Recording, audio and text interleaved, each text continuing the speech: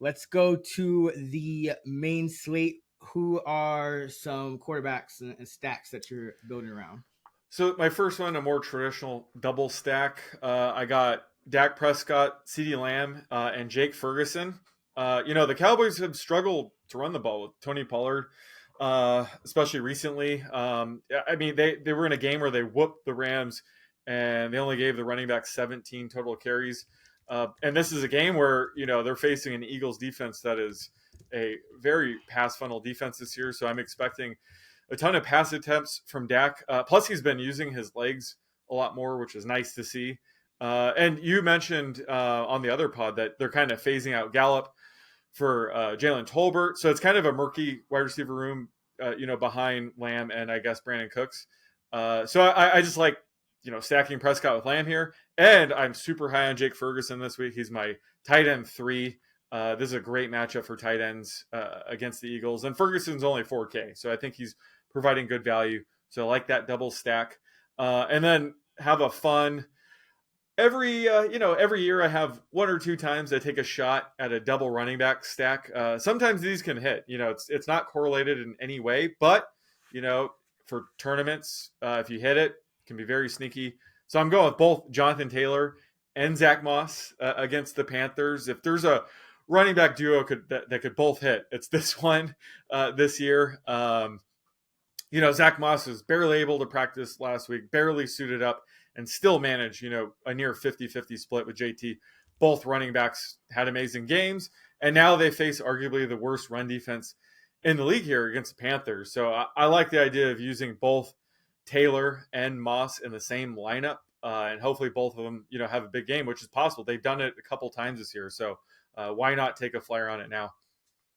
Yeah, I like this game to stack, period, because it's just cheap all the way around, and there's been a lot of variance with these guys. So because the Panthers have a clear weakness on defense, and the Colts defense hasn't been too hot itself, the Colts have been getting in all these kind of shootouts. We've seen Gardner Minshew throw for 300 plus yards in 2 of his last 3 games. Been a lot of explosive plays on both sides for the Colts. So I actually like both passing games in this one. It's somewhat of a contrarian stack, but Bryce Young, just 5,100. You could pair him with Adam Thielen, obviously, and Jonathan Mingo, who I know we both love this week, and he's only 3,400. So a pretty cost-effective stack.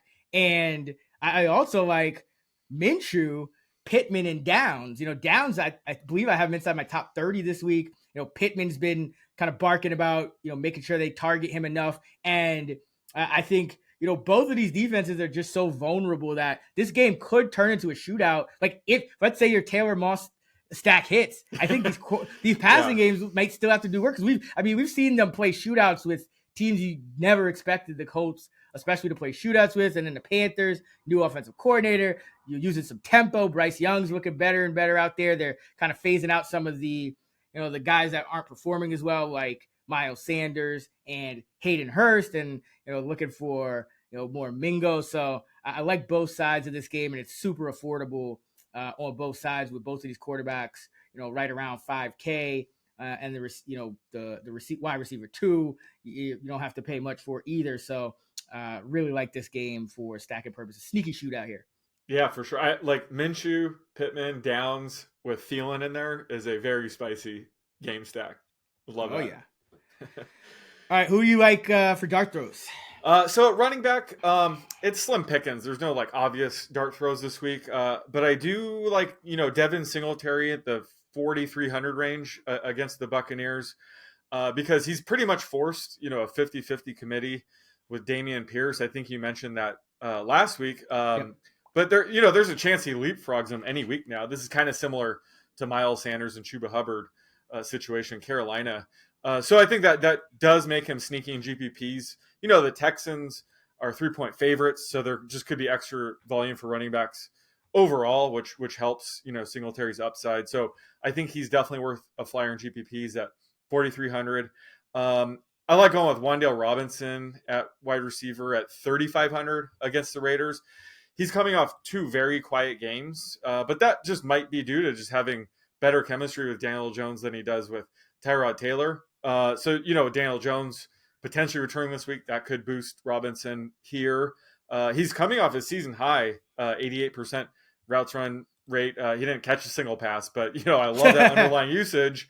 Paris Campbell and Sterling Shepard have been completely phased out for Robinson. So, ton of upside where, if Darren Waller is banged up or out, Robinson could get 5 or more receptions here at damn near min price. So love this play against the Raiders. And then speaking of the Raiders, I like their tight end as a dart throw, Michael Mayer. He's 2,600. Had a very disappointing Monday Night Football game.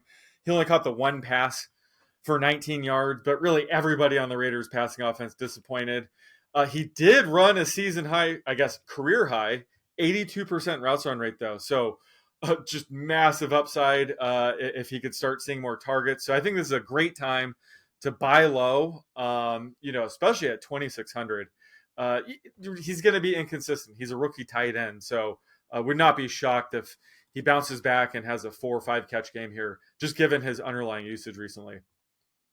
Yeah, I mean, this is the ultimate, I guess, contrarian passing game to target, because you got the Giants who were scared to even attempt to pass last week, and the Raiders that just could not complete a pass last week, and now they are facing off. So it should be an interesting matchup. But yeah, I think people, especially with the Raiders on prime time and the Giants playing in a relatively popular game for them against the Jets, people will probably be a little hesitant because both of them embarrassed themselves, on, I guess you say national TV, even for the Giants. So they were, probably seen by more people than usual. So yeah, like that one as well. And I mentioned, with Amon-Ra St. Brown last week, but the Raiders on defense, they try not to give up explosives now.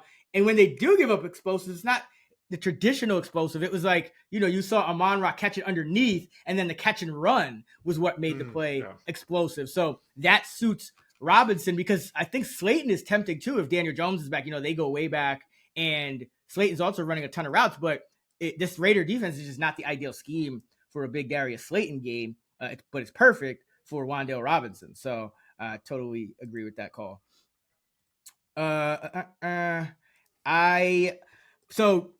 back. I mean, I wouldn't say there's no dart throws. I just think there's a lot of options. Demercado, I'm sure, is going to be pretty popular. So I think you have to find ways to kind of fade him. And Darrell Henderson, who has been a little more productive than Freeman as of late, but Freeman's still getting the early down work, and he's 4,600 at Green Bay. So, Green Bay still like a field goal spread. Green Bay's no guarantee to play with a lead here.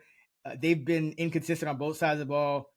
Bottom 8 in run defense, DVOA, as usual. So Freeman outsnapped Henderson 33-29 last week, but Henderson's used on some more passing down, so you get some game script variance that maybe people aren't expecting, especially with the backup quarterback on the road. And you could have even a multi-touchdown game from Freeman with a little bit of luck. So like him at 4,600. Already mentioned Mingo at wide receiver, 3,400, just way too cheap against Indianapolis. Season high 98% route rate last week.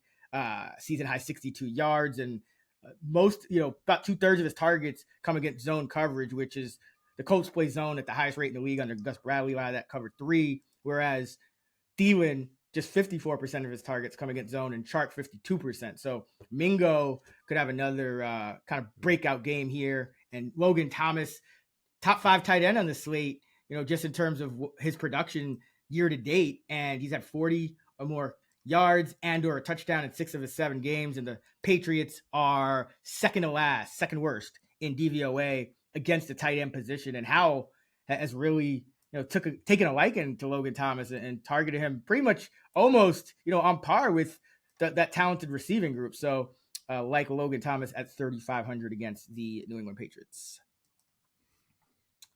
All right, let's go and build a DraftKings lineup. All right, got to lock in Jake Ferguson at 4K. Got to do that. I'll go to Mario Douglas at 4K. I got remove him from my lineup. I already put him in there. All right. Nice. Yeah, got to get these really valuable guys out. All right, I'll go with Jonathan Mingo then at 3,400. Yep, love him this week as well. I'm going to go with the cheapest defense on the board. The New York Giants at the Vegas Raiders. The Giants defense has allowed 14 points to the Bills, 7 points to the Commanders, and 13 points to the Jets over the last 3 weeks. And they have 12 or more points in 3 of the last 4 games. So let's punt some defense and hope we catch more Jimmy G shenanigans again this week. But, Giants, they did trade Williams, so this should be a very, very contrarian play. Although maybe not if people saw that Raiders game, but I'm gonna roll the dice here. Nice. You always get me on the defensive. That's my strategy. My defensive projections are not in good shape Tuesday morning. I think I see what I might take later though. I'm gonna go with a running back then. I'm gonna go with JT at 6,400 against Panthers. Ooh, now will you stack him with Moss is the question. I know, right? Talking about a cash, that's not a bad cash game strategy either. I mean, it is a bad strategy, but it's actually a bad strategy. You're gonna get the entire rushing offense though. Speaking of which, let's stack my Giants D with Saquon. 36 carries last week and 5 targets, even though he didn't get a yard on through the air. But Saquon is this Giants offense, did not get traded, and we saw what Jahmyr Gibbs did to this Raider D. Love the correlation. Giants obviously a live underdog on the road, regardless of who starts at quarterback against this Raider team. So give me Saquon at 7,900. All right, I'm gonna go with the quarterback. Just I don't like this slate. There's some decent value, like in the 5K range, but I'm gonna spend up a little bit. So I'm gonna take Dak at 6,500. Ooh, yeah, going against that Eagle pass defense that's been pretty disappointing. Yeah, I have a little Dak Ferguson stat going on right now. All right. I feel like I do this every week now, but let's go Adam Thielen, 7,500, 15 or more DraftKings points every game since week 2. This guy is just an ageless wonder, and he's catching 7+ passes. He's caught 7 or more passes in 6 straight games. That is impressive. Yep. Definitely a better DK play than FanDuel. So like him on DK. I'm going to just get my defense out of the way. I'm going with the Packers facing, hopefully, Brett Rippon here. So they're kind of sneaky at 2,800. Again, not putting too much thought in my defensive play, but going the cheaper out here. Yeah, man. I mean, just gotta hope Joe Barry doesn't, have any Joe Barry shenanigans, because that defense. I mean, their talent level compared to their performance, and it's been better. Like the offense has been obviously more to blame as of late, but still think there's some things to be desired. But I think this is definitely a week where, because of all of the backup quarterbacks on the slate, a lot of different directions you could go with on defense. And I mean, even look at that Raiders game on Monday Night Football. It was the Raiders who got a defensive touchdown. So, I mean, it's a lot of it is just going to be randomness. So now it's a pretty good week to go contrarian at defense. All right. Patriots. I'll run my Pop Douglas play back with Logan Thomas at tight end at 3,500 against that bottom 2 New England defense against tight ends. Why the hell is Michael Thomas 4,700? Am I pulling in Mike Thomas? He's like the T. Higgins of this year, remember? Practice squad player for the Ravens, Mike Thomas? Yeah, I know, right? Michael Thomas has at least 4 catches or a touchdown every game this year. So I'm going to go with him against the Bears too. Jeez Louise. Sign me up for that. Yeah, man. It's been, and Olave, I mean, he's kind of been up and down a little bit. I think Carr trusts Thomas and is probably starting to trust Shaheed just as much. Shaheed too. Had a game, man. Woo! Oh, man. He is something else. All right. I got 6,200 for quarterback, running back, wide receiver, flex. I'll counter your Michael Thomas, and pay up for Alvin Kamara at running back, 8,100 home favorite against the Chicago Bears. He has 17 or more DraftKings points in every game, and it's just been an absolute monster this season. RB1 this week. Oh yeah. So I have 7,400 remaining per player. I have a running back, wide receiver, and flex open, so I gotta start spending up a bit. I'm gonna go with a wide receiver here.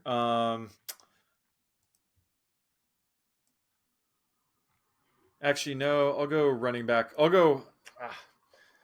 You have Kamara and Barkley? Yep. Okay. Well, I'll go with my RB3 for the slate then, which is Josh Jacobs at 6,900 against the Giants. I mean, obviously a bad season so far, but he's due to break out at some point. So I like him here at this price tag. Oh yeah, he's been getting the work, through the air, on the ground. However, and the Giants gave up that long touchdown to Breece Hall through the air last week. All right, I have just over 5,500 for quarterback, wide receiver, flex. So I got my quarterback out of the way. Let's go with Jordan Love at exactly 5,500 against a pretty beatable Rams defense. Matt LaFleur is probably not going to run as much as he should, even against the backup quarterback. And this Packers team's been up and down. So Love has been fairly consistent. Had some ceiling games, but yeah, let's go with him against this Rams team at 5,500.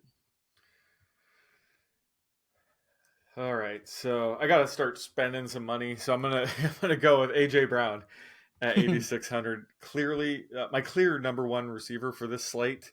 A little mini Eagles Cowboys game stack here, and he's going for what, game 6 or 7 in a row with 125 or more receiving yards. He already broke the record. I was saying that was sneaky over bet in his prop market because maybe he's going for the record. But now that I think he has it, I don't know if it's there. But this is a big game, like you said. He's unstoppable right now, so I'll more than happy to spend up. Oh yeah. AJ Brown's just been, that's why I'm low on Devontae Smith this week. Yeah, he's just kind of hogging the production in that Eagles passing game. All right, I'm gonna go with, let's see, I have 5,600 for a wide receiver and flex. You know what? I'm gonna go a little off the board. Let's stack my Jordan Love with Christian Watson at 4,900. Still hasn't broken out yet, but he's had right around an 85% route participation rate in each of the last 3 games. 8 targets last week. They're looking for him in the end zone, so I think it's only a matter of time before he catches a touchdown in the end zone or breaks off one of his patented long, big explosive plays. So give me some Watson at 4,900. I'll have 63 left for the flex. He is certainly due. I have 6,700 left. I'm going to go with the best receiver available at that price. Michael Pittman is 6,600. I have Jonathan Taylor. Unlike, Taylor and Zach Moss in the same lineup, I do think Taylor and Pittman in the same lineup is sort of a savvy cash game play here. So I like it. So I have $100 left over. So I have 6,300 for my flex. I'm looking at, I could go Olave here. I could go Tyler Lockett, Bijan Robinson, who I'm thinking about, Amari Cooper. Or I could go down, pay down a little more. You have DJ Moore, Nico Collins, Zach. Oh no, you have Zach Moss already, right? Oh, you have Taylor. No, you have Taylor. Yeah. Okay. Whoa, Deontay Foreman's price way too high. 5,700. Are you sure about that? Yeah. He'll probably go off for 3 touchdowns. But yeah, I agree. I'm gonna go with Bijan Robinson here at just 6,100. Yeah. So he started the year priced at $8K.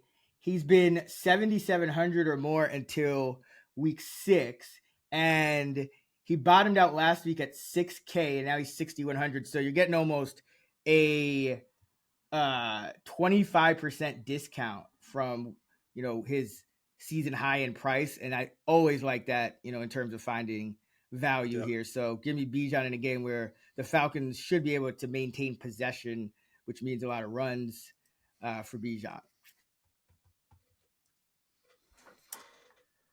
All right, so recap your run for everybody out there. All right, so I went with Dak at quarterback. My running backs are Jonathan Taylor and Josh Jacobs. My wide receivers are Jonathan Mingo, Michael Thomas, A.J. Brown, and then I went with Jake Ferguson at tight end, pair him up with Dak Prescott here. My flex is Michael Pittman, and my defense is the Green Bay Packers up against, hopefully, Brett Rippon and the Rams. All right, I got Jordan Love at quarterback 5,500 against those Rams. Barkley at running back at 7,900 at the Raiders. Kamara 8,100 against the Bears. Bijan at running back in the flex at 6,100 against the Vikings at home. Wide receivers are Adam Thielen at 7,500 against the Colts. Christian Watson stacked with Love 4,900 against the Rams, and then Demario Douglas at 4K against the Commanders. Also have a commander, Logan Thomas, in the tight end spot at 3,500. And the Giants are my defense stacked with Barkley. So a lot of games, everything stacked here. Got Love, Watson, Barkley, Giants, Douglas, Thomas, and so it's like three different there you go. game stacks. So let's see how this goes. All right, that is going to do it for our week number 9 fantasy preview episode of the Fantasy Flex podcast. For more fantasy content from Sean and I, be sure to check out our full player projections episode that is out right now over on the Action Network podcast channel. And every Friday, we'll drop the night shift episode where we break down the Island game DFS slate. So that's a London game. The international game this week, and then Sunday night, Monday Night Football. ActionNetwork.com for all of our NFL fantasy and betting content. FantasyLabs.com for our DFS tools and models. Action Network has a Discord. You can find it via the link in the episode description. That's always a lot of fun as well. And Sean is on X at @_oddsmaker. I'm at Chris Raybon, and we're at those same handles on the free award-winning Action Network app. Until next time, let's get this shmoney.